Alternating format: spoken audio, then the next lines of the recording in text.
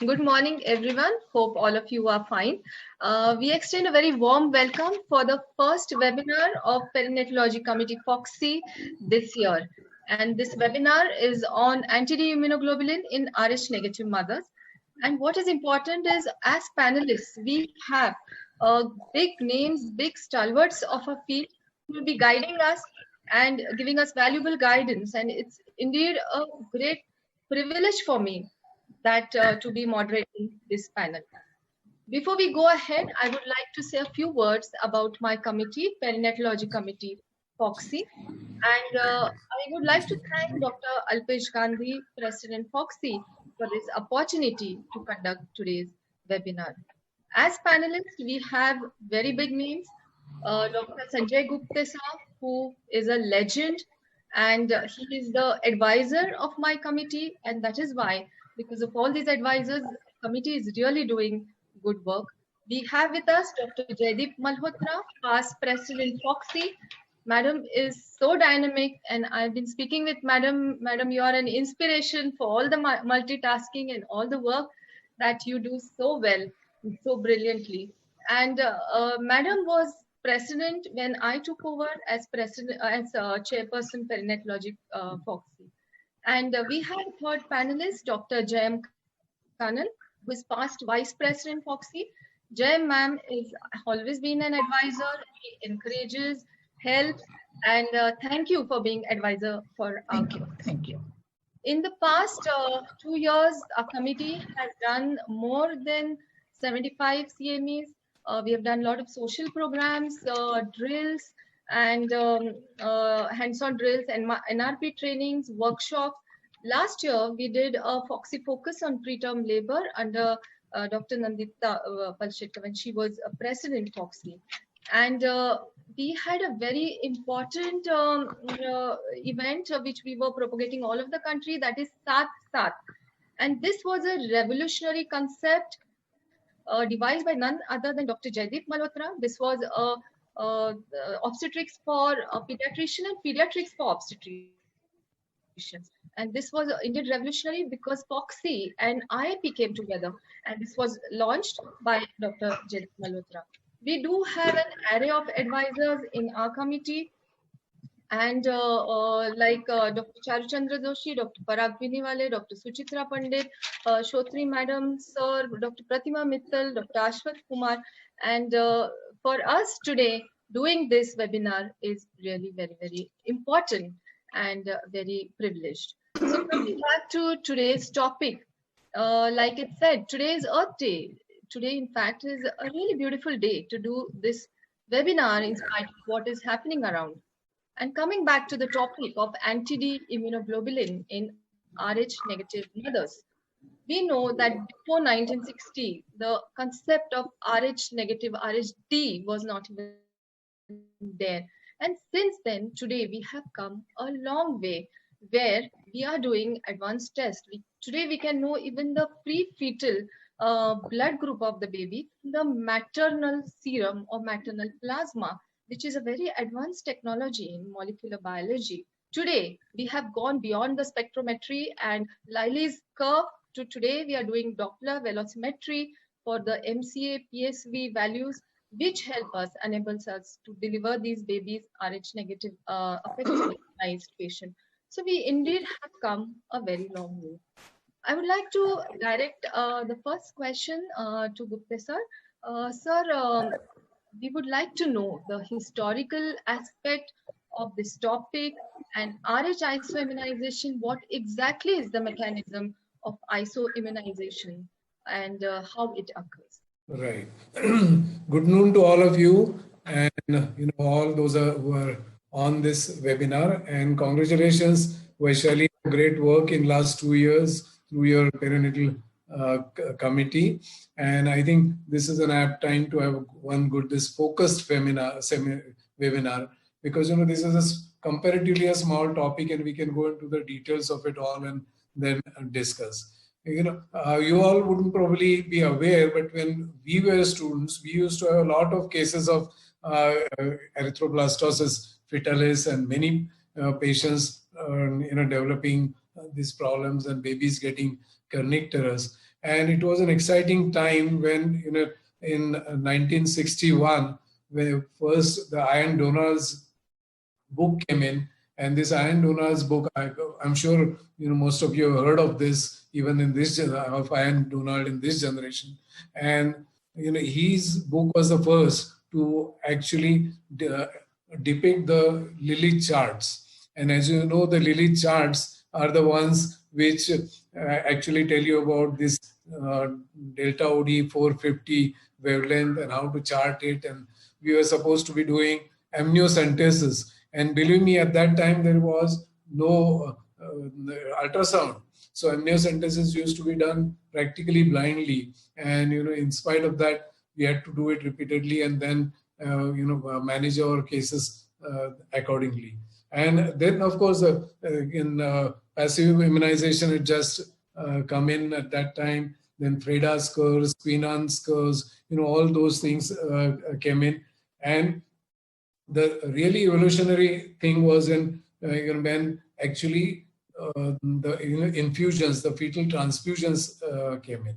In 1981, it was fetoscopic transfusion, and later on, it became an intravascular ultrasound guided the transfusions. But the important part, as you rightly pointed out, Vaishali, is the latest development that is in last few years, that now by doing cell-free DNA testing, we can find out the baby's blood group. Of course, this technology is not still fully developed and available in our country, but it's possible that it will be now be ready in next couple of years in our country, and then that will reduce the burden on us quite a lot. Having said that, the question you asked was about isoimmunization, and this is the isoimmunization is something that occurs when an immunization occurs towards the antigens of the same species. That's why.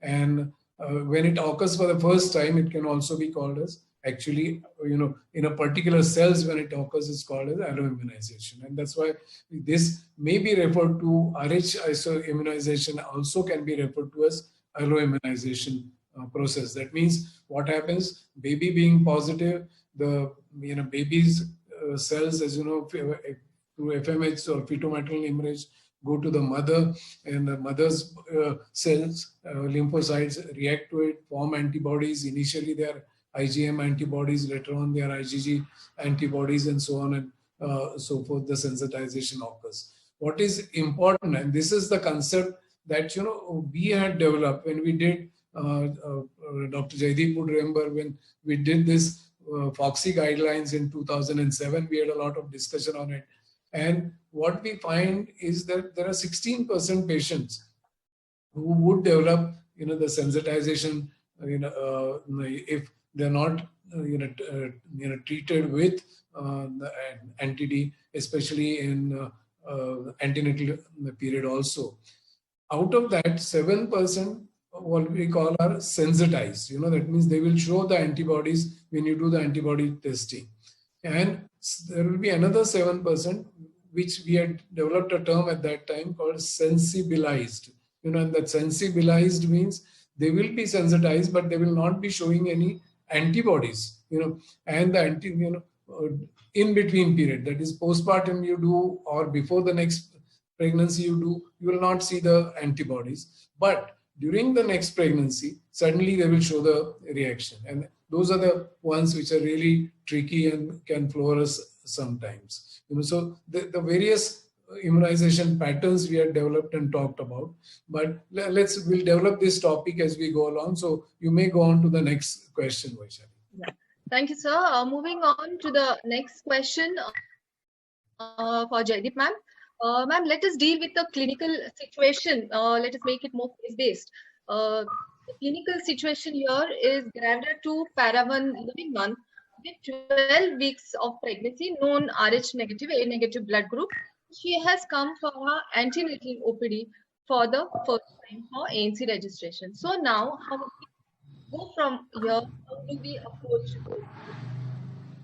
See, Vaishali, the first and the foremost important thing is that history has to be taken, because I don't know whether her first pregnancy, the baby was Rh positive or no, whether she is, iso-immunized or no. So I would probably first take the history and ask about whether the blood group of the baby was done. If the blood group of the baby was negative, then there's absolutely no problem in this pregnancy. I would just, go ahead and manage accordingly. Now, if the baby was positive and she has received anti-D injection or no is the next question which I will ask. So let's say that she was, immunized and anti-D was given post-delivery to her. And in between, there has been no abortion or no other problem which has happened, or any history of blood transfusion, or which could have, and what kind of blood was given, and a lot. This proper history has to be taken. Another thing which I'd like to also do is order the blood group of the husband and find out whether the husband is homozygous or heterozygous. Now, this is very important, because if the husband is homozygous, then this child also is definitely going to be Rh positive. But if the husband is heterozygous, meaning like we have like two chromosomes, and the antigen for the Rh positive is on chromosome 1. Okay, so now one chromosome comes from the mother and the other comes from the father. And in the father, if both the chromosomes have come as positive, that means there's a capital D on both the chromosomes. So then this child also will be positive. But if there is one D only, then 50% of the children can be negative. So the treatment or the management changes totally. If we understand this, the zygosity. But a lot of people do not ask for homo or heterozygous, pattern of the father, which definitely does help, because if it is homozygous, we know that this child is positive. So I have to now do ICT. So once I do, and the ICT has to be done in the first time only, first visit, I would say. So once ICT is done, now whether ICT is negative or positive will again dictate.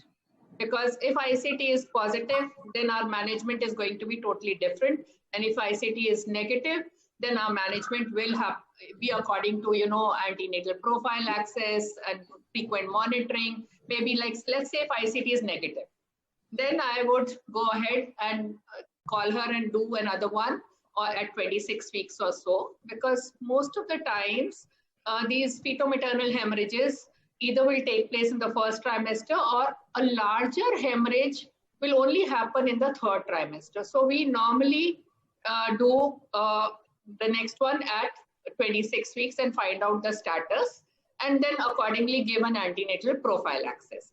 Now, if supposing this patient has had let's say, a bleed or a subchorionic bleed or a history of a bleed at 12 weeks or a little later, then the management again differs. But I would like to say here that, we used to be so scared that supposing if somebody has not received prophylaxis in the previous one, or in the first pregnancy itself, the patient has come ICT positive. Now, we used to think it's the end of the world, but it's not like that. All what we have to understand is that we have to find out the fetal anemia situation of the baby. And that can very easily be now monitored with the middle cerebral artery PSV, and the patients, these babies can be managed very well in utero. So I don't think there is anything to worry. We need to just understand the status at various levels. Yes, ma'am. Thank you, ma'am. Like you said, the velocimetry and MCA-PSV, we will go into details about it much later. Like ma'am, let's nuance it a little. And interesting part is, as Dr. Jaydeep pointed out, if the husband is heterozygous, the chances of the baby actually developing a problem will be reduced, and especially if there is ABO incompatibility between the mother and the father, that also helps in reducing. That's probably why this RH problem has been going on from ancient times, because otherwise all RH babies would have died long back. But because of that incompatibility, ABO incompatibility, this can help the baby a lot also. And so ABO group is equally important when we are thinking.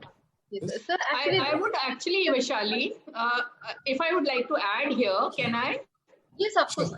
Because if you're able to establish the heterozygous nature of the father's this thing, then now cell-free DNA and establishing blood group of the baby, if it becomes possible, and if the baby is negative, then you don't have to worry about the second pregnancy also. Yes. And if it is an RH positive baby, then the management will come into place. Right. So there are so many new modalities are now coming up and which are helping us in managing these situations. It's becoming much more comfortable now. Yeah, so what we used to think, it's sort of a miracle knowing the baby's blood group can save that mother, because almost 40% of cases we do give anti-D immunoglobulin, and such 40% cases the fetus turns out to be RH negative. So maybe all that can be avoided if we can really have a better, easier, and cost-effective technique of knowing the baby's blood group. These techniques are there, but yet not easily available to us. Ma'am, what you said about the past history, obstetric history, detailed obstetric history, it is really important, because studies have shown, like if there's a particular event like hydrops, it has occurred in the past pregnancy at a particular gestation age, then in the subsequent pregnancy, the same event is likely to repeat, and it may repeat at an earlier gestation. So it is very important to have a detailed obstetric history. Now, regarding ICT, ma'am, you mentioned ICT negative positive is so important, and even if ICT is negative, serial estimation of ICT needs to be done. In case ICT is positive, it means that ICT immunization has occurred. It does not mean that the hemolysis process has already started, but we need to monitor these patients and exactly note down or locate when the hemolysis has started and prevent this. So this patient who's ICT positive, and now we are worried. Why are we worried? It indicates the hemolysis has started. So I would like to ask Dr. Jayam Kannan, Madam, why are we worried? How is it likely to affect the baby? What is the hemolytic diseases of the fetus? And in the era of all preventions, no more managements, this is really a one which is totally preventable, because we started looking at these sort of babies. I don't know any of you have seen erythroblastosis fetal. I've seen 3 babies with 50 years of my obstetric career. See, about 400 years ago, one nurse delivered twins and she found an erythroblastosis fetalis, idiomatous baby, dead baby. And subsequently, the second baby also was found to be jaundice and died. It is in 16,000. And we took about nearly 350 years. In 1940 only we found out RH and other things. We just imagine how much people have been worried. But after that, quickly we have gone into it. And as Gupta said, that 16%, if we are immediately taking care antenatally and post and intranatally, also avoiding all the problems of larger hemorrhage as suggested by Jaideep Malhotra, we bring down this 13 to 16% to 0.5 to 1.8%. What a big difference. And if you are going to do really an antepartum, say the immunization, it comes to 0.1 to 0.2%. And something like polio, smallpox, we can almost get it eradicated. We really need to worry that this has to be given the adequate importance. And as Gupta said, this thing, the cell-free RH typing, all this is, even if it is costly, it becomes little cost-effective because of these highly preventable conditions, especially with our present scenario. We do not want to see any patient with RH immunization needing an ultrasonograph for interference, hematology, or IVT. Thank you. Yeah, wonderful. Very aptly covered with your vast experience and Yeah. experience. Of Wonderful. course, there are about more than 40 varieties of hemolytic disease in the newborn, of which as we say, test for corona, the is RH anti-D. RH anti-C is also 2% of the RH isoimmunization. All the other things, KEL and other things, come in a very, very small set. But of course, ABO incompatibility is also one thing which we have to take in account in cases of RH positive husband and wife. So basically, the when we are alert is when the ICT comes positive, and after that, every once in 4 weeks, we should be repeating the ICT titers, and after 26 weeks, every 15 days. Every 15 days. It is important to know the values also. Less than 4 international per ml, it means the fetus is not going to be affected. Between 4 to 15 international units per ml, yes, there is a moderate amount of chance of hemolysis and affection of fetus. And after 15 international units per ml, it means baby is already affected and there's severe hemolysis occurring. Now, all this can be, like you said, all this can be preventable by a simple dose of anti-D immunoglobulin. And how does it act? The anti-immunoglobulin goes and covers the antigen site of the fetal erythrocyte, and this entire complex is eliminated by the maternal reticular endothelial system. So the coming to anti-D immunoglobulin, sir, we would like to know your view on a few clinical cases that we would like to discuss.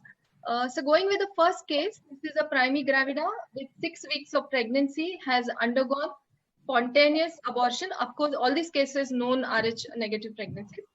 So should we be giving anti-D immunoglobulin, and how do we go about this?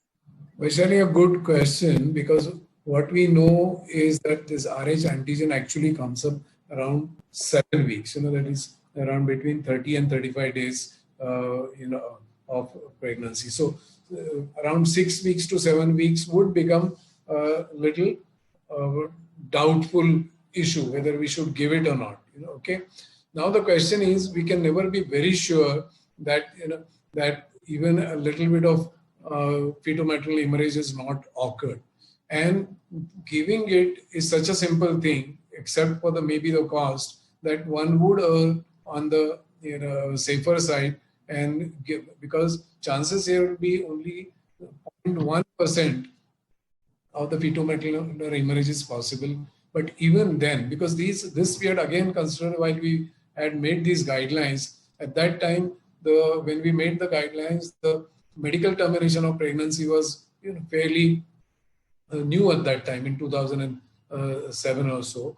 And we had given a thought whether for medical termination of pregnancy also, whether we need to give this anti-D prophylaxis or not.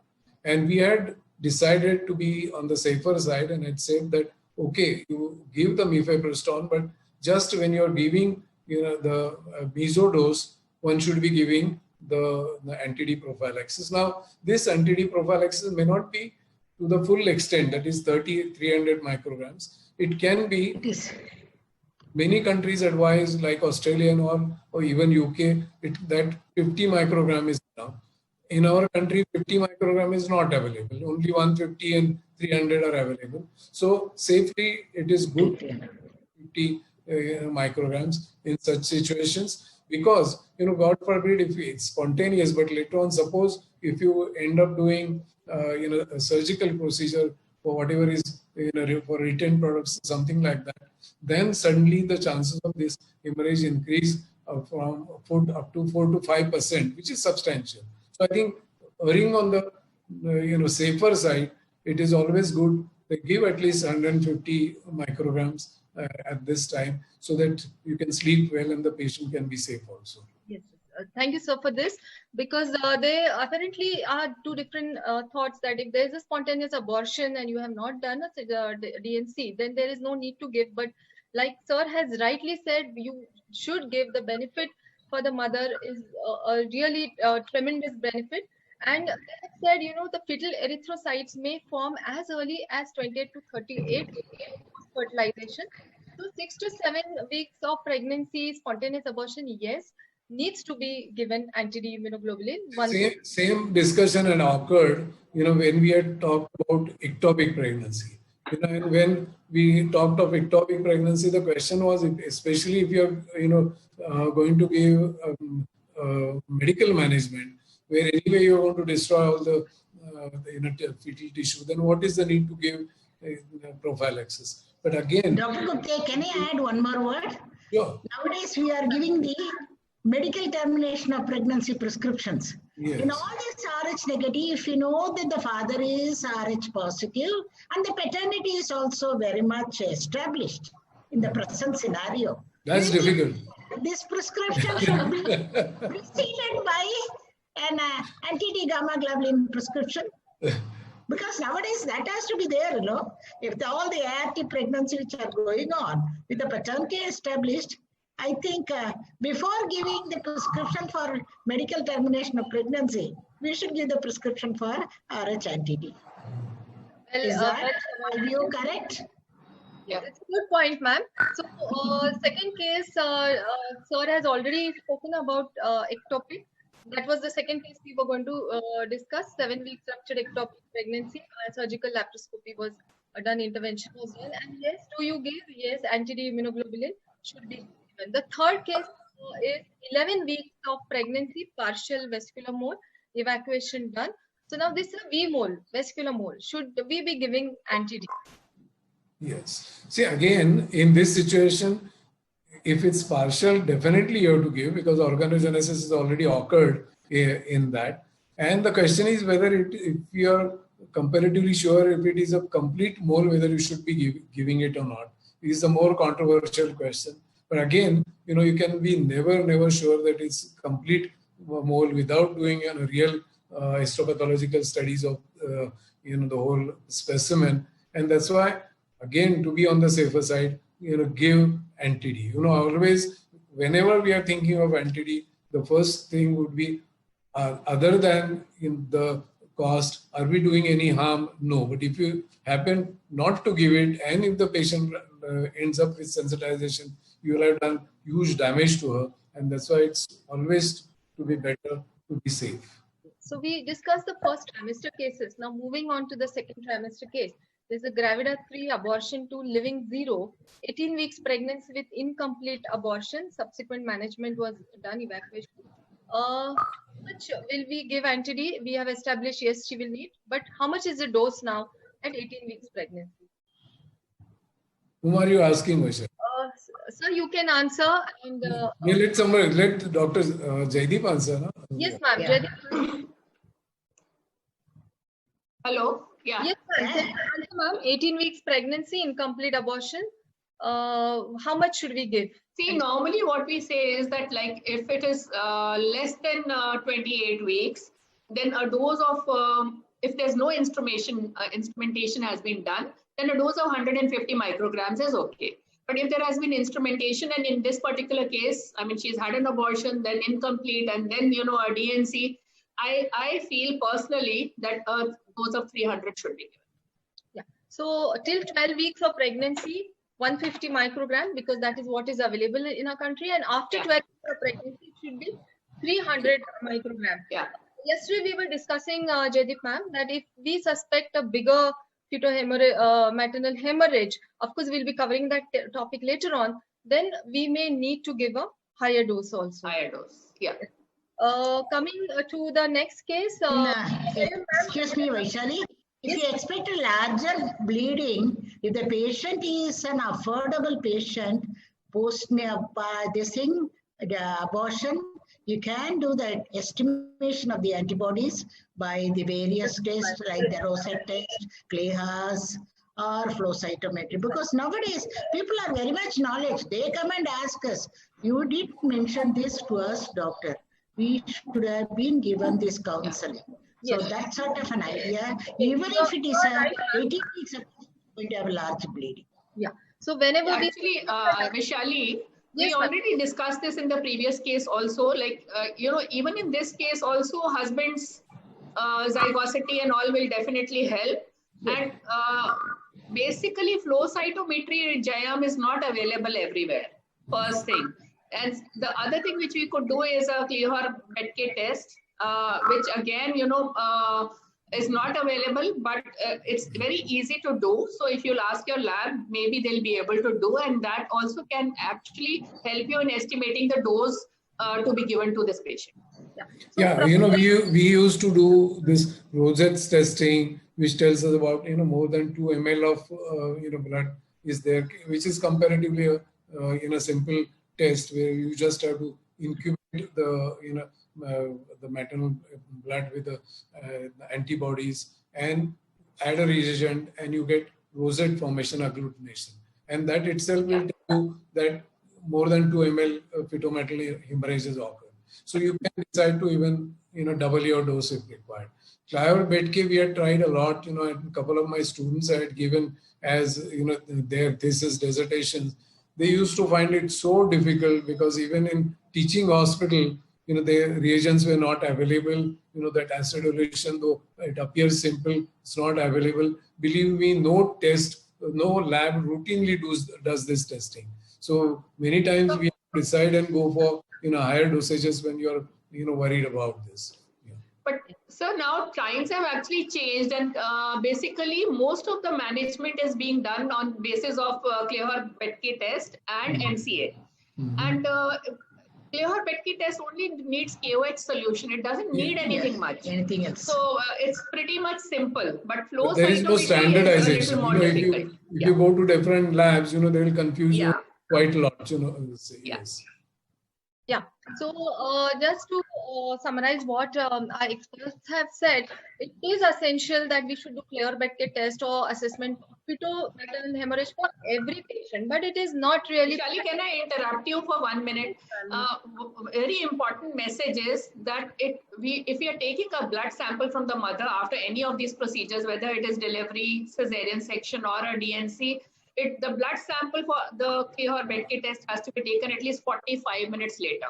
Not before that. You can't do it just immediately on the table because the readings are going to be not correct.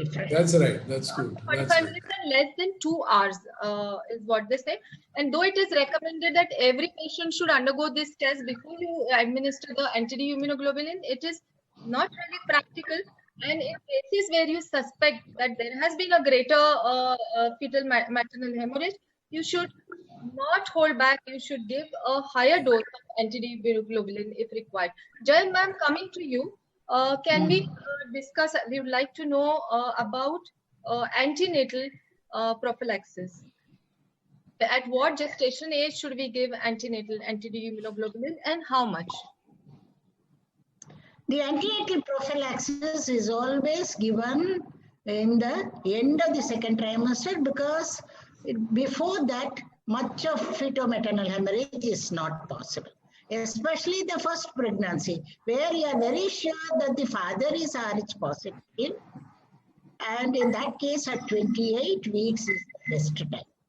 If supposing you have not seen the patient at 28 weeks, at any time she lands in your clinic, we have to give it. We can't say that you have not come at 28 weeks, so we are not. Any time which is given well is very much taken care. In these sort of patients, if you are given at 28 weeks, after delivery, should we give immediately is the next question. Should we have the second dose is the question. It is not required unless we are seeing a patient with a placenta previa, APH, postpartum hemorrhage patients where somebody would have done a little massage, all those cases. Probably we should consider a second postpartum dose within 72 hours.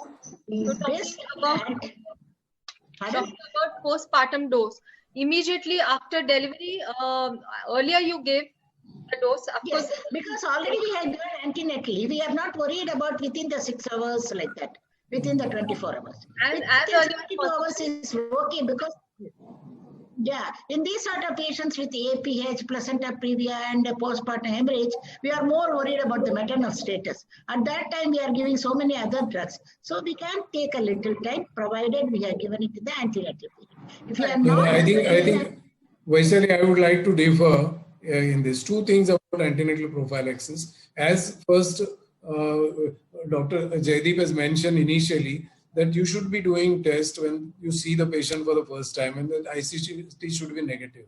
Of course, husband is assumed to be positive.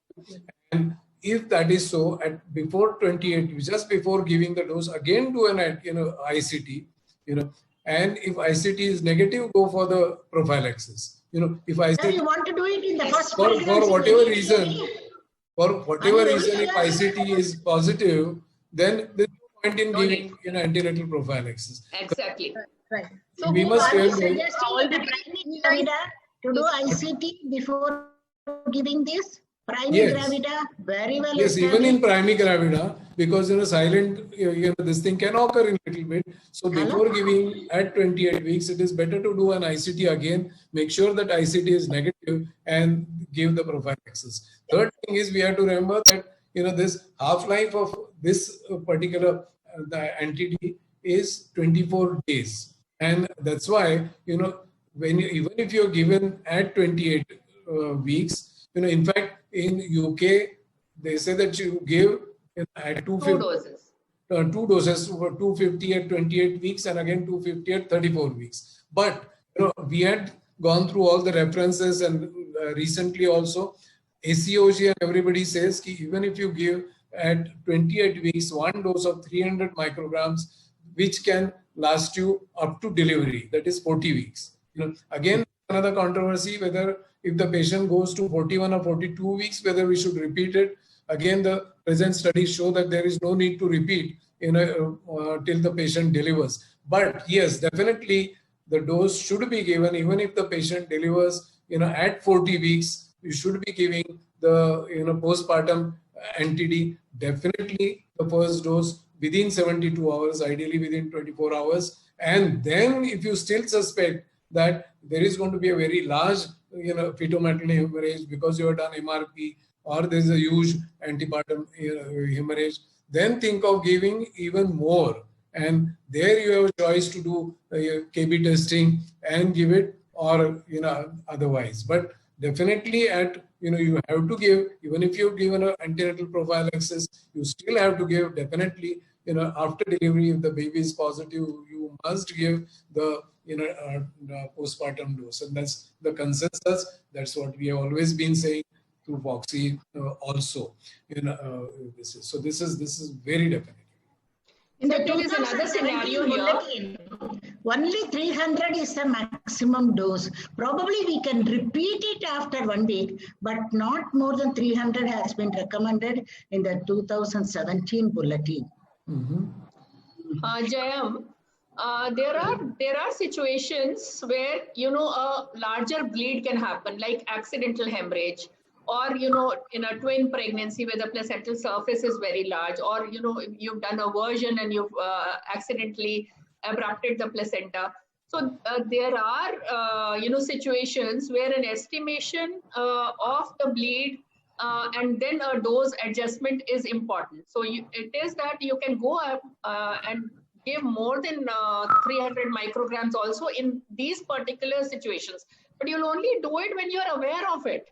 Because if we just read the guidelines and we say, oh, 300 microgram is the maximum which you can give, then we'll miss out on a small percentage of these patients. Right. When a large accidental hemorrhage has happened, and let's say another situation which I wanted to say before I forget is, like supposing now you've given 2 doses of prophylaxis, one you've given at 28 weeks and the other you've given at 34 weeks, and the patient delivers in the 35th week, then you can defer the postpartum dose.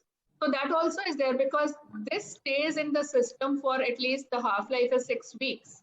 So we can easily, defer the second dose, because cost is also an important part as far as the patient is concerned. Yeah, I agree with you, Jaideep, definitely. But I think let's not confuse the matter for other people that, what at 28 weeks, and then at term, after delivery. The Yes. 24 weeks, we do not, advise. We do not advise. We do not advise.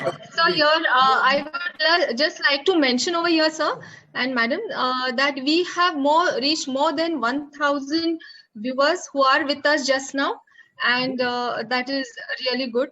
Yeah. I hope all the messages that our panelists, stalwarts are giving, it's reaching the gynecs all over the country.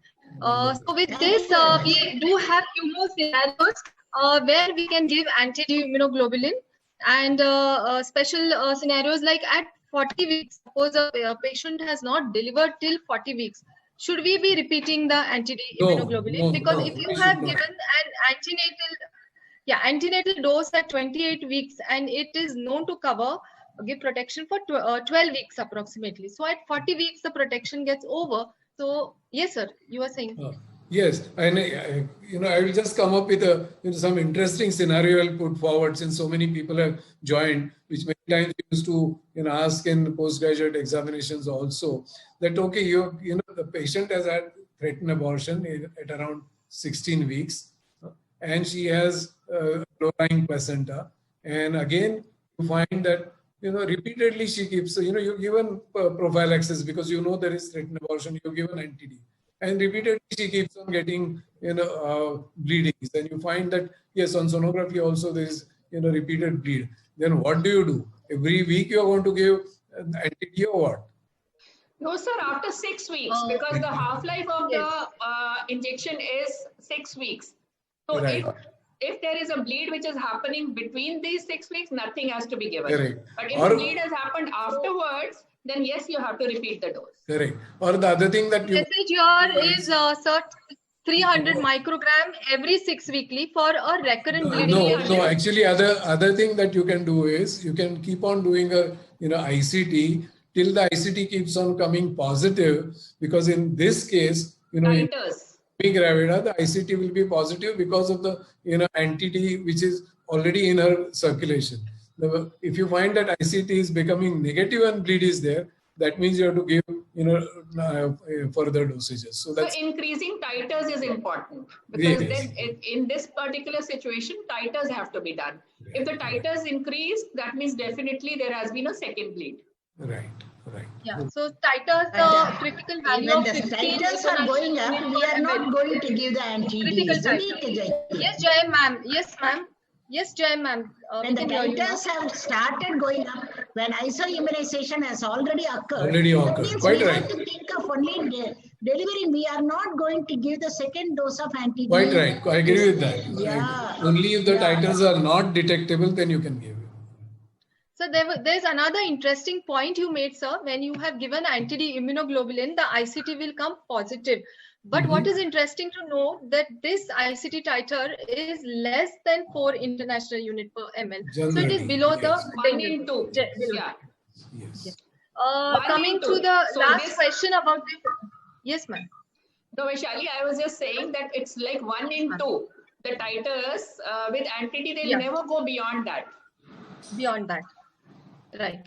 Now coming to the last question, patient, you have delivered and done tubectomy for this patient. So should we be giving her anti-D immunoglobulin? Yes. Yes, I think it's a clear-cut answer. Yes, we should. We have to give, because she may, for whatever reason, may have to receive transfusion later on. And nowadays, somebody may get married and want to reopen this thing, want to go in for further pregnancies, and with all the IVF people around, that's more possible. So I think definitely yes. NTD has to be given. Yes. So I think we have covered most of the cases of anti-D immunoglobulin, when to give. What is interesting is to note is where to give. It should be given at the deltoid and not at the gluteal, because if you give in the gluteal, it's likely to not reach the level we want. And when to give as early as possible, whenever the sensitizing event occurs, earliest before 72 hours would be ideal. But if the patient is non-compliant, beyond 72 hours is also all right, but as early as possible. You can give it till about 13 days. You can give it till about 13 days. Some protection will still be there. Right. Before we go on to the sensitized patient, which we have not dealt with so far much, let's talk about a little confusing matter that many times you get the report as DU positive. And what do you do for a DU positive patient?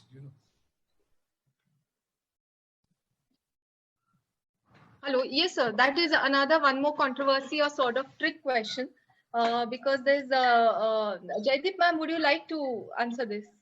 Yes, sir, Gupta sir only to explain, because I don't know whether this weekly or the D, what we call as or a week week D. D or the null D or week D.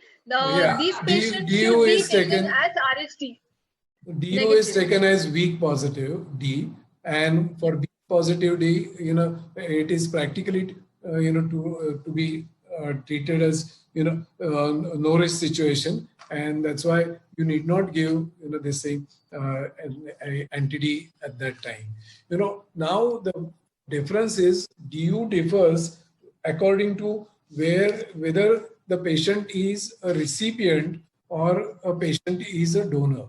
If the patient is a recipient, you can treat this patient as a negative patient. But if the patient is a DU person is a donor, then that person has to be looked at as a positive person, because even if it weak, if you give the transfusion from that person to the other person, that can cause sensitization. So as far as we are concerned, treat DU as RH, no risk for alloimmunization, no need for giving anti-D in that situation. But if you are giving transfusion, in transfusion situation, the DU is interpreted entirely differently. Okay. Yeah. So at this point, I would like to just mention that we have received more than 150 questions already, and there's a question which we can answer right away. And that question is, this is from Dr. Shashikala, and she says, does all primary gravidas need to be tested for ICT routinely? Anyone can answer it? Yeah, I think it is a good idea to do that, because if there is a internal bleed which is happening and sensitization happens at that time, you're going to miss it. So if the patient is understanding enough and is aware and can afford, I think it should be done. See, the thing is, I think what we are talking about, are we talking about RH, incompatible couple, or are we talking about any primary gravida? Primary gravida. No, sir, only in an incompatible.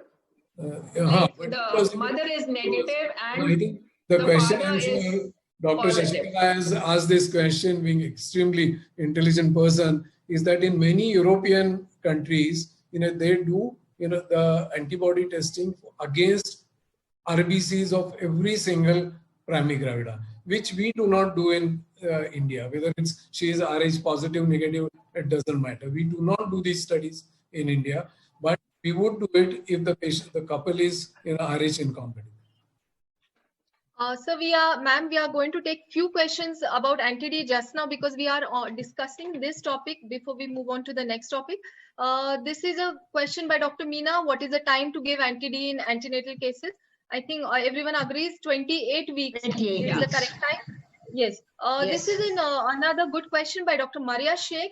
What is the dose of anti-D in twin pregnancy? Jaideep ma'am, can you answer this? See, normally, if it is an ICT negative patient, then I would just give the normal dose which is there. Like, if I'm giving a single dose at 28 weeks, I'll just give 300 micrograms. Right. Gupta sir, can if you're giving antenatal prophylaxis, you must do an ICT, which is important. Yeah. So this is for Gupta sir. Should we give anti-D in threatened abortion without pain and without any recurrent bleeding? This is from Yes. Dr. Seema Mehta. Right. Again, threatened abortion means there is a chances of FMH, fetal maternal hemorrhage. So one would definitely give anti-D prophylaxis. Yeah. Jay ma'am, can we since even an abdominal trauma in an RH negative person is an indication for giving this anti-D. Yes. I think so any events, yeah, that's right. injurious to the uterus.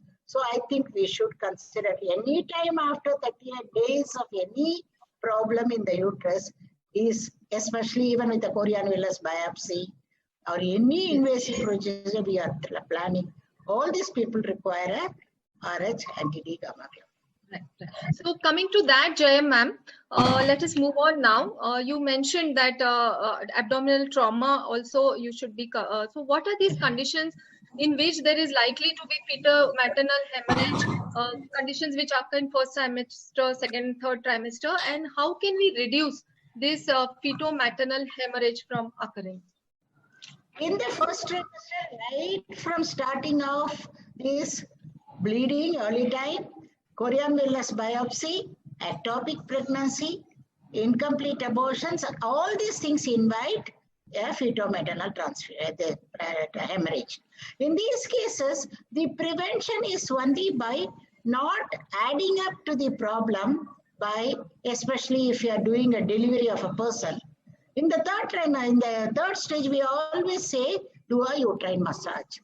In RH negative patients, in postpartum cases, unless there is a necessity, probably we have to withhold the hand from the uterine massage. The question of not giving the oxytocics is a little controversial, but however, in our scenario, I will still prefer the prophylactic oxytocics to be given. Early cord clamping is a must in all these cases to prevent large postpartum hemorrhage.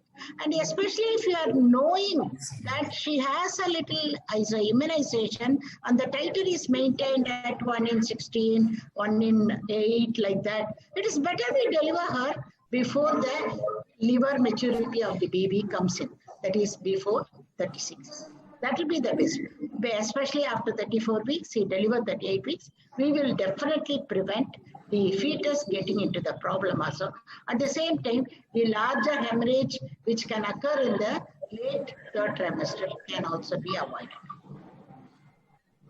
Yeah, thank you, ma'am. Jaideep ma'am, can I ask you the next question? One thing I'd like to add here, which most often is missed, is when we are doing fetal reductions. Now, this is a time when, people totally overlook the blood groups. So because you're sending it, so fetal reduction, if you're doing a fetal reduction for a Rh negative, patient, you must look into what's the blood group of the husband and then, give a prophylaxis. Important also, another important thing is whenever, though very less it is done, but manual removal of placenta, even at cesarean, sometimes we are really impatient and, we just remove the placenta, and those are the, again, situations where more bleed is going to happen. We have to wait for the placenta to separate by itself. That is a cesarean section in a Rh negative woman. And twins. Another case is, another case is when there is intrauterine fetal death. Even anytime it can be because of APH itself or drops itself, and we have to give it. One thing I would differ a little is if you have managed the case and if you are following a sensitized case, then you can take the case to term depending on what are your MCA findings. So you manage that with your MCA readings, and if Doppler is showing good velocity, then we can, depending on unless it goes beyond 1.5 bombs, if it's normal, it's maintaining normal, then you can carry on with the pregnancy almost up to 1. Sir, in those we require an amniocentesis repeatedly. Unless we do, otherwise how are we going to? Ma'am, we'll come to the next question where we can discuss this in detail. Actually, this is a question for Jaideep ma'am. Ma'am, this question has come from Dr. Niranjan Naik, that how do you calculate the dose of anti-D to Rh negative mothers after delivery depending upon the amount of fetal-maternal hemorrhage? So we have gone through a lot of array of tests that these should be done. But after that, how do we calculate? Because a 300 microgram which dose we are giving covers for 30 ml of fetal-maternal hemorrhage or 15 ml of fetal RBCs. If the bleeding is more, then how do we calculate the dose? How do we give the anti-D? As I told you, there are two ways of which are more acceptable these days. One is the Kiss test, and in which you can actually find out, the amount of bleed which has happened. And then according to the amount of bleed, these are formulas which are available everywhere, where you can then calculate the amount of bleed and then calculate the dose and give. The second is what we normally do with flow cytometry. Again, flow cytometry will tell you the amount of bleed, and there is a formula to calculate the dose.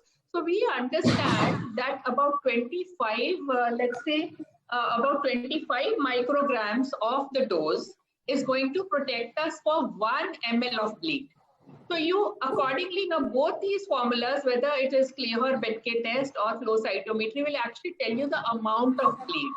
So once the amount of bleed is calculated, the dose calculation becomes very easy. See, again, you can give the dose even up to the largest dose of anti-D, which I went through the literature, up to 1200 micrograms also has been given. Absolutely, 12 doses can be given intramuscularly. Only thing what you have to do is repeat after 12 hours each dose and at various intramuscular sites. Unless you have IV, antiglobulin which is available. So up to 12 doses you can give. So if there is a large hemorrhage, you can still cover it. Yeah, and there are very basic, simple formulas which we can follow. Simple formula like the Kleber-Betke formula, with how much fetal blood volume the hemorrhage has occurred, is simple formula like maternal blood volume into maternal hematocrit into percentage of fetal cells in the Kleber-Betke slide divided newborn hematocrit. These are simple formulas, and this will help us in actually calculating that how much more anti-D immunoglobulin we should be giving. Now, coming back to you, Jaideep ma'am, we have this patient who's gravida 2 para 1 L1, 22 weeks, ICT is positive. ICT positive, so we are on high alert now. How does the antenatal surveillance go? What will you do and how to go? Now, first is that I like to know the titer of the ICT, like, whether it's 1 in 16, 1 in 32 and all. So though no titer is actually critical, in the sense I can't say like 1 in 16 is critical or 1 in 32 is going to be critical, because my management is going to be based on the MCA. Now, from this point of time. So I would just go ahead and first, after taking all the history and all, and now look at the MCA. I'll do a general ultrasound scan, look at the hepatosplenomegaly, if it is there or not. These are subtle signs, and then go to the color Doppler and look at MCA. Now, why MCA only? Because the middle cerebral artery is a fixed place, and it's much easier and a constant. Levels can be really tested. And middle cerebral artery has a straight part. Now, when you are fixing, you have to fix your window on the straight part, which is important, because otherwise the peak systolic volume in the different areas of the middle cerebral artery is also going to be different. So it becomes very difficult. So you need to fix a place in the straight part or a part of the middle cerebral artery where you're going to take the peak systolic volume. Second thing is that your angle has to be parallel, which is again very important, because if this angle is every time going to be different, then you're not going to be able to keep track of the vessel and the numbers. So once we have done that in the correct angle, you've taken a peak systolic volume. Now, there's a very simple formula here. Now, the formula is that if supposing the period of gestation is 22 weeks, and if your peak systolic volume is more than double of that, so 22 means if it is more than 44 or 45, that means now this baby is already anemic. Now, it's very important for us to understand, because with this color Doppler, what we are establishing is fetal anemia. And once fetal anemia is there, these volumes, we normally chart them on Mari's chart. MARI is what we normally do. So there is a period of gestation, and then there's a peak systolic volume, and then there is a zone, B zone, and if you cross B zone, so that simple formula is you'll cross the B zone or you'll be in the B zone if the peak systolic volume is double of the gestational age. And now that is my point where I have to consider intrauterine transfusion. Unless otherwise you keep on repeating the titers every week, and you will know that the moment you are about a week away, now how do we say that? Now fetal hemoglobin is about 15 to 16 grams. Now you will require intrauterine transfusion once it falls to less than 4 or 5 grams. And that is the time which is very, very critical. Now the hematocrit will start falling at about 1% per day. Now, what does that mean? That in a week, this fetus will lose about 3.3 grams of hemoglobin. So now you understand again that once we have done this, so you watch on a weekly basis, and as soon as on the Mari's chart, the baby is, let's say, just below zone B or in between zone, what we normally call as between 1 to 1.5 mom. So if it is below 1.5 mom, your preparation for intrauterine transfusion should start. Now, people like a lot of people who are not doing intrauterine transfusion, this is the point when you should refer it to a fetal medicine person. Otherwise, once you cross 1.5 mom, that is the time when intrauterine transfusion has to be given. So we very easily... Ma'am, wonderful. Yeah, excellent explanations. Very clearly. Yes. It's very, very simple. So even if you follow this very simple thing, you can do an intrauterine transfusion at 16 weeks, 20 weeks, whenever. It's not a problem. You're understanding my point. And also what we do in intrauterine transfusion is that we initially we used to bring the hematocrit to about 45. Now what has happened is that latest studies have come up. We just overcorrect. We bring it to about 55. Because if it is 65, it is polycythemia. And that we don't want because it has a different, lot of other problems. So we overcorrect till about 55 and then we start monitoring the MCA again. And as the PSV goes up, we give another transfusion. Yeah, so coming to intrauterine transfusion, we will discuss about it shortly. But there's a question for Jayam ma'am. Ma'am, this is from Dr. Padma. And she wants to know, does vesicular mole, missed abortions, blighted ovum, ectopic pregnancy, maybe less than 5 weeks of pregnancy, does it need anti-D prophylaxis? Jayam ma'am, are you there? Ma'am, you're on mute, I think. 37 days itself, the fetomaternal cells can be transmitted. So by 38th day, it has been detected in the maternal circulation. So by the time you think that you are pregnant, it is 35 days. Anything after 38 days, we have to give anti-T gamma globulin. Vesicular mole, since we don't know whether it is, as Dr. Gupta has rightly said, it is a total mole, which is very difficult to make a decision. Because in total mole, there is no sign, but we can't make a decision. So it is the benefit of doubt is given to the patient. So in vesicular mole, ectopic pregnancies, missed abortions, anything which occurs after 37 days, they have to given the anti-D. That is why I said with the medical termination of pregnancy prescription, give the injection and then give the prescription for the medical termination. Rightly said. There's another question from Dr. Sudha. What is the cost for the test to determine homozygosity or heterozygosity for zygosity test? Yeah, it costs about 7,000 to 8,000 rupees. Right. All right. Then there's another question, but Jaideep ma'am, you have just answered it. 28 weeks pregnancy, ICT positive. How do we go about? I think you have just explained it. Now coming to intra, we will just touch upon shortly on two more topics. That is the intrauterine transfusion and the exchange transfusion, because these are intrauterine transfusion has to be done in a specialized center with a fetal medicine expert under ultrasound sound guidance, and exchange transfusion is for the baby. It has to be done at a high level NICU. So this is pregnancy 32 weeks, and we have taken the decision now that this baby needs intrauterine transfusion. So how do we go about? Anyone can answer it. Gupta sir, would you like to? The easiest would be you refer it to a fetal medicine person and who's doing it, and they will do it. But we discussed this yesterday, and we know you do a lot of fetal medicine work. Sorry? Best ultrasonography center who are very much handling invasive procedures every day.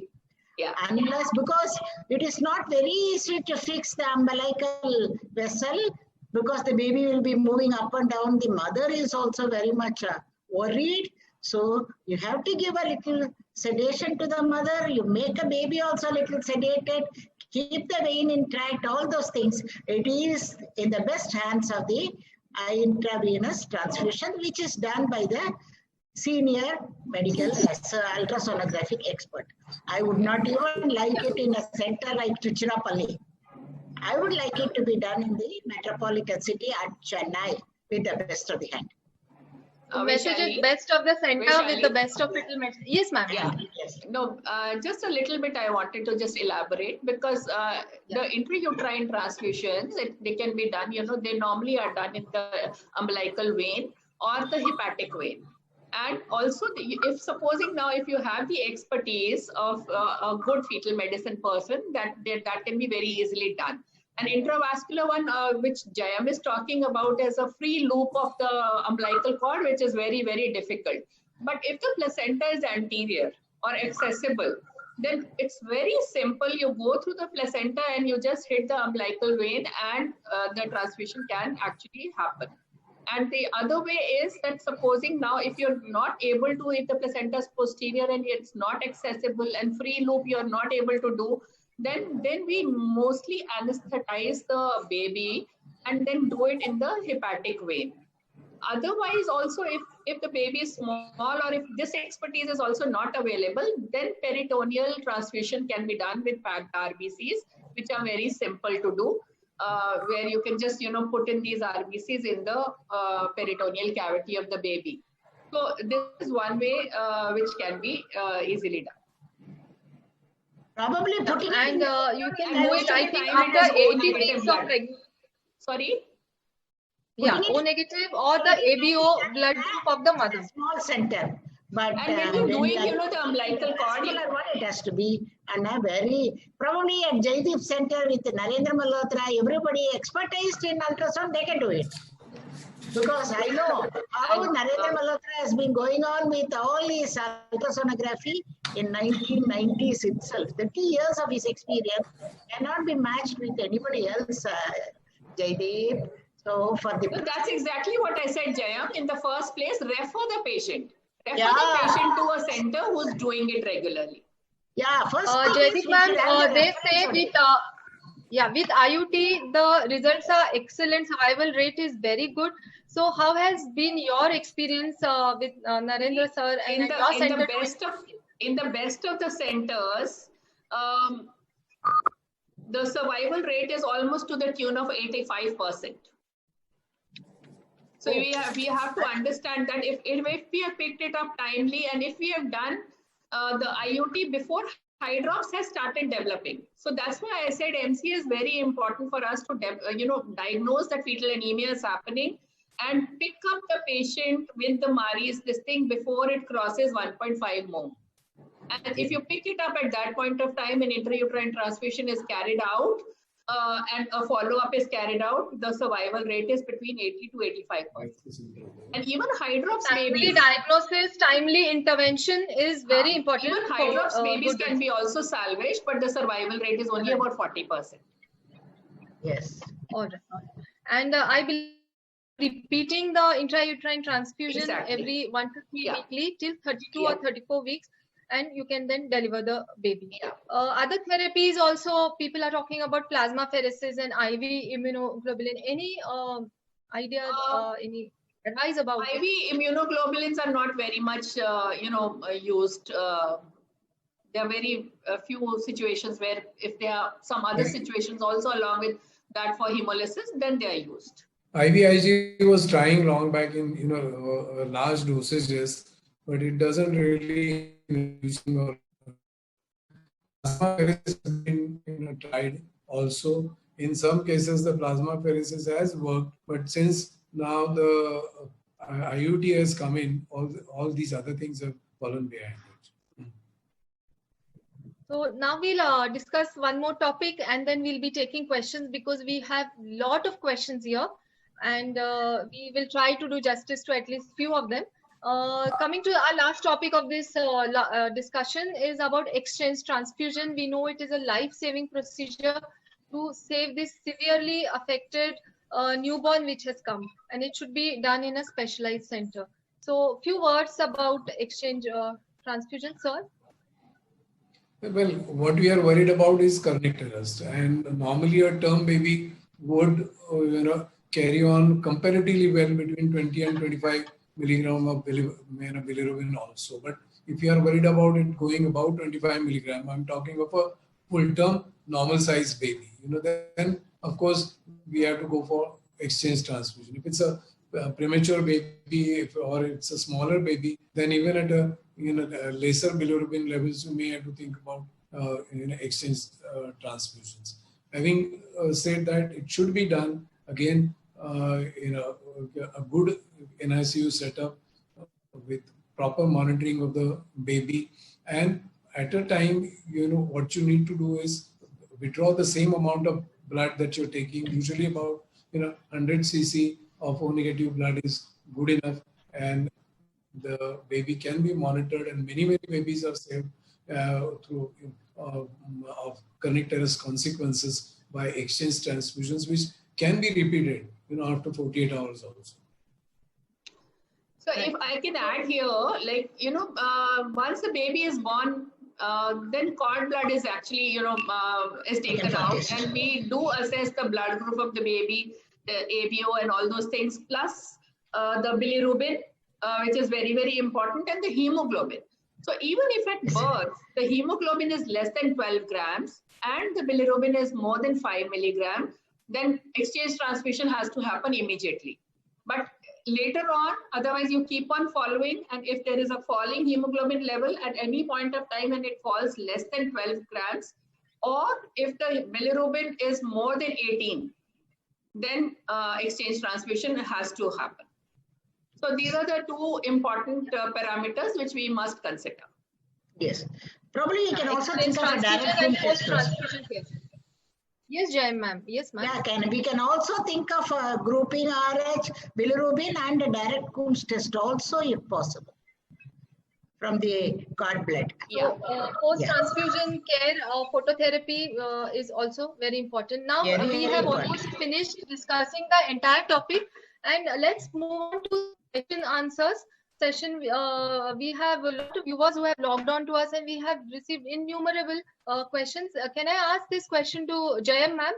Yes, this is a question from Dr. Vanita Chaudhary. Multi-para delivered and not planning for future pregnancy, is anti-D to be given? Yes. If I am asked this question about 10 years ago, I would have said yes, no need. But now in the present situation, I do not know whether she will go in for another pregnancy or not. And in the present situation, the answer is yes. The answer is yes. This is another question. Jaideep ma'am, can I ask you this? How do we manage? This is from Dr. Sarda Vemparala. How do we manage a patient, 26 years, married since 1 year, and she's been taking MTP pills for a year? She was given 1 year ago. She took MTP pills. She was given anti-D 300 micrograms that time, and now this pregnancy, she is 14 weeks. How should we go about? Should we be doing ICT now? And how do as I said, Vishali, we should do an ICT in this patient, and if ICT is negative, then antenatal prophylaxis and the follow-up like any other normal primer. Yeah, right, correct. Actually, I have to leave. I have a call right now, so I'm sorry because I'm getting so I have to leave. Sorry about this, really.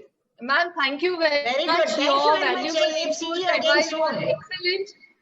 Yeah, see you again soon, ma'am. Thank you very much. Thank you from Perinatology Committee, Foxy, for being here. Thank you so much, and I'm really sorry for this. Yeah. Okay. Thank you, ma'am. This is another question. Gupta sir, if we have an ANC patient with previous 3 or 4 abortion and has not been diagnosed as Rh negative earlier, but right now her mid-trimester RH antibodies are more, So ICT positive antibodies are there. So how do we manage? What is the future management? Is sir there? If supposing, Vaishali, Yeah. you said it is about Yes, 26 ma'am, please days. go on. 26, if supposing ICT is now positive, look at the titer. The titer is 1 in 4.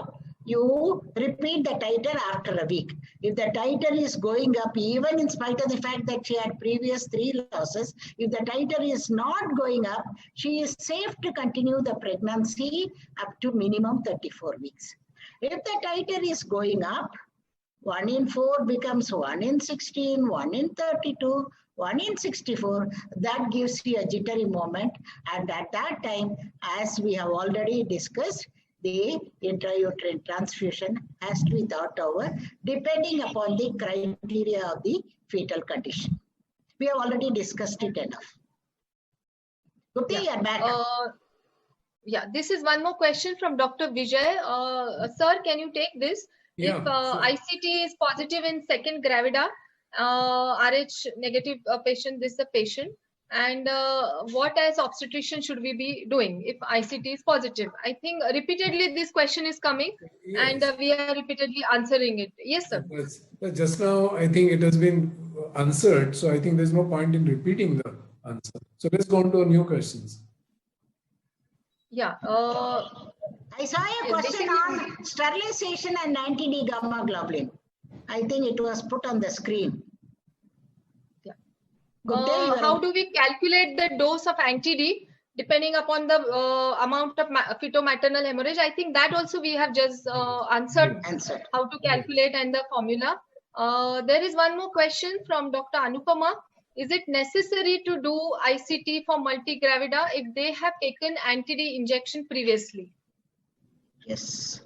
Yes. Yes, Yes, the definitely, answer is yes. because- yes. Of course, So yes. every time it has to be There's done. another, yeah. Another question, when to give anti-D after abortion? As early as possible. As early as possible. Not to be delayed at any time, it has to be given as early as possible. As early as possible, Yeah. right. I think most of the questions are repetitions of this again and again. We have, I think, covered the entire topic very much in detail.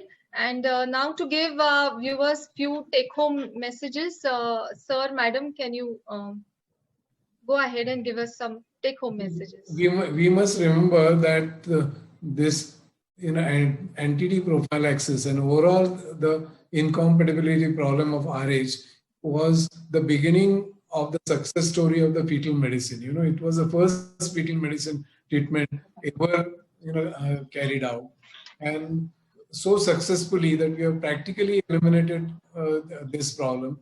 But still we need to be vigilant and we have to always play safe. And the cost is not a very huge cost compared to the damage that can be done if we are not vigilant and we don't use the anti-D prophylaxis whenever it is indicated. So play safe. Whenever you are in doubt, give anti-D. That's the message I would like to give. Yes, on my part, I would prefer antepartum anti-D prophylaxis and safely deliver the patient according to our obstetric indication. If ICT is negative, at the time of delivery, please be very clear that you keep a bottle of blood ready, cross-matched, even if we are thinking that she is going in for a normal delivery. That is very, very important for her. If she is delivering, quickly clamp the cord, give oxytocin, 10 units intramuscular. Let us not jump to other things. Send the cord blood for sampling. At the same time, if supposing the patient has got a episiotomy wound, please see that the placental blood does not touch the episiotomy wound.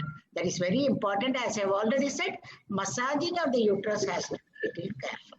See that the cord doesn't get snatched. In cesarean delivery also, you should be very clear of your campaign and then wait for the placenta to separate and see that the abdominal cavity is not splashed with the fetal blood. That is very, very important so that the protection is given properly for this. Looking after the baby has to be done in conjunction with the pediatric neonatologist who is expertise in this work. RH anti-D is totally, RH negative problem is totally preventable. If you are not giving the injection, that means we are doing injustice to the society. Just so we got the polio out, smallpox out, we can also get this 13 to 16% RH isoimmunization to 0.1% by our regular ordinary antenatal care. Yeah, wonderful, ma'am. That was a very good message. So basically, the message you are given is very clear cut, and the counseling of the patient right from pre-pregnancy for RH negative women should be done. Awareness not only among the patient, amongst us gynecologists, because the studies have shown that first trimester abortion, ectopic pregnancies, as obstetrician, we may be failing to give the anti-D immunization, immunoglobulin at this point. And as early as possible to give the anti-D immunoglobulin whenever the sensitizing event has occurred. The message is 150 microgram in the first trimester and then onwards 300 microgram. And wherever required, wherever the feto-maternal hemorrhage is more, be liberal and give an extra dose. It is going to benefit the patient. So I think we have finished discussing all the topics, and Gupta sir, Jaideep ma'am, Jayam ma'am have been just wonderful. I'm truly honored and privileged that I got in a discussion with such great minds and who are the stalwarts and who have given us such wonderful advice regarding this subject. Thank you, sir. Thank you, madam. Thank you, TOG. Thank you, Mr. Session. Thank you, Mr. Subbu, and all our the academic partners, Bharat Serum. Thank you very much.